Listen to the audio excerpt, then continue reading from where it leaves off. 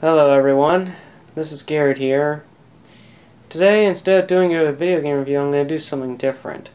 For y'all, I am doing a James Bond video game timeline, because it gets real confusing at times. Pretty much it's almost like trying to solve a mystery. A mystery that I pretty much attempted to solve for all of you. So I'm going to go ahead and give it a start. Now, before I show you any of my games, I just want to tell you about the timeline. Pretty much with James Bond games, it all started back in 1983 when the first James Bond game on Commodore 64 first came out. But a lot of them are very rare. They're one of the rarest games I've ever seen. In fact, there was only one that I could find that was actually for sale, but it was a dealer only, which doesn't surprise me.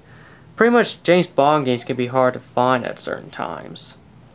But some of them are easier to find, some are hard to find. Just depends on how old it is. The Commodore 64 James Bond games are the hardest ones to find, I'll tell you that. It wasn't until the early 90s when there was the first NES James Bond game, which was James Bond Jr. That's an unusual title, but that's pretty much how it turned out to be. As far as I know, there wasn't any version that came out on Super Nintendo. Yeah, there was no James Bond game that came out on Super Nintendo. On the Sega Genesis, there was James Bond 007 Duel. I have no idea what that was about, but basically that's what it was. And then, this is where my game collection begins. Then this is GoldenEye. This is on the Nintendo 64. Yeah, this was the most popular James Bond game there was at the time. Yeah, this was actually considered Game of the Year back when it was new. And I could see why. It's a really good game. Even up to this day, I still haven't completed it, but it's still fun to play.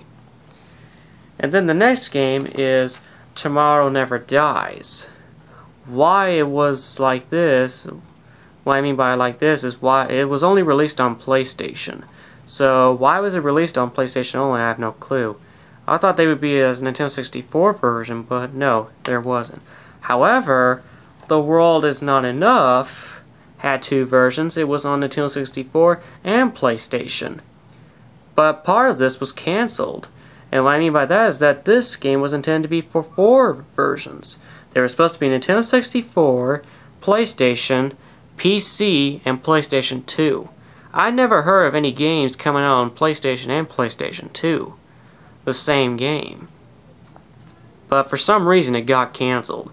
Why, I have no clue. It just was. Now, the first GoldenEye game was made by Rarewar, and both Tomorrow Never Dies and The World Is Not Enough was made by Electronic Arts, which is kind of unusual. Now, of course, in between there actually was one James Bond game just before this one. After Tomorrow Never Dies, there was going to be another game called GoldenEye, which was just... yeah, there were a lot of James Bond games that intended to be called GoldenEye. My best guess is because this one was really famous. Yeah, the next one was supposed to be a GoldenEye, which was mostly a driving stage game, but it didn't reveal too much of the plot, so pretty much it got cancelled. But they worked so hard on the driving stages that they decided to just make a game of the driving stages alone. So pretty much in order to do that, they came out with 007 Racing on PlayStation, which I do not have. And then that's when The World Is Not Enough comes in. So I'll just put that right over there. And believe it or not, the next game that was supposed to come out was 007 Racing the sequel. But there was the same problem. It was mostly driving stages, and it didn't reveal too much of the plot, so it got cancelled. They figured if they couldn't do it the first time, maybe they could do it a second time. But no, it didn't work. So that got cancelled. It was supposed to come out in 2001, but it got cancelled, and instead we got this one, Agent Under Fire, on PlayStation 2. Well, believe it or not, this is actually available on Xbox and GameCube, but I only have the PlayStation 2 version of it. And then, in 2002, when Dino of the Day came out, there was another video game of it. Or not exactly a video game of it, but the resemblance of it, which was Nightfire. This game makes some resemblance of Dino of the Day, especially with the car, the Vanquish. But it's not based on Dino of the Day, the movie. The real tragedy is that the first three James Bond movies that Pierce Brosnan did did get turned into video games, but except for the last one. And then the next game was, in 2004, there was Everything or Nothing. So far it's moving along pretty smoothly. And then there was this one, GoldenEye Rogue Agent. Yet another GoldenEye game, which is James Bond. However, this one's very different, because in this one you play as James Bond's enemies. That's unusual. But my best guess is that since you playing as James Bond, shooting henchmen, killing bosses, and saving the world have been done to death, my guess is that they were attempting something different with this game.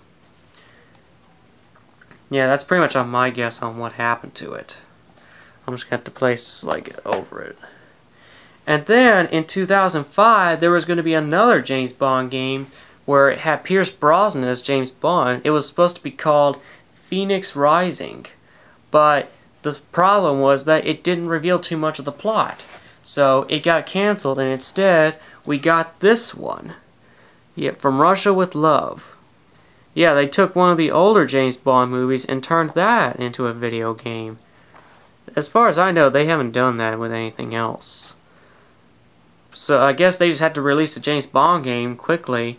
Since they couldn't make Phoenix Rising, they just decided to take one of the older ones and just turn that into a video game. Yeah, sure, that'll work.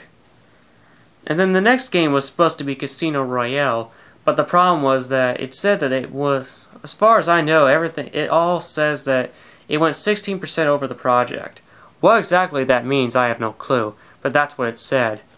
So that was cancelled, and plus, not to mention the fact that Tomorrow Never Dies all the way through just From Russia with Love were all made by Electronic Arts. And then, when Casino Royale was cancelled, and then the next James Bond game turned out to be Quantum of Solace.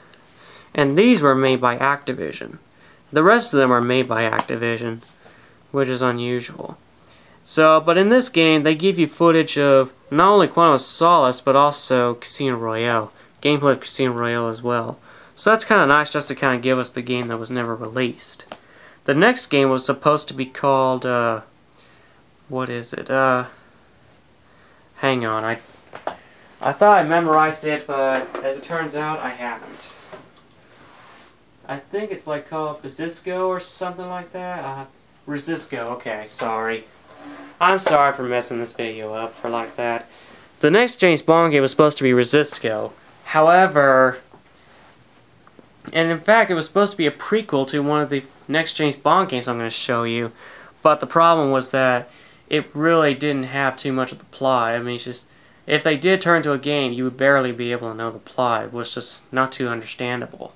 So, basically what happened is, the reason why they were going to make it into a game is because that was one of the short stories on James Bond that Ian Fleming wrote.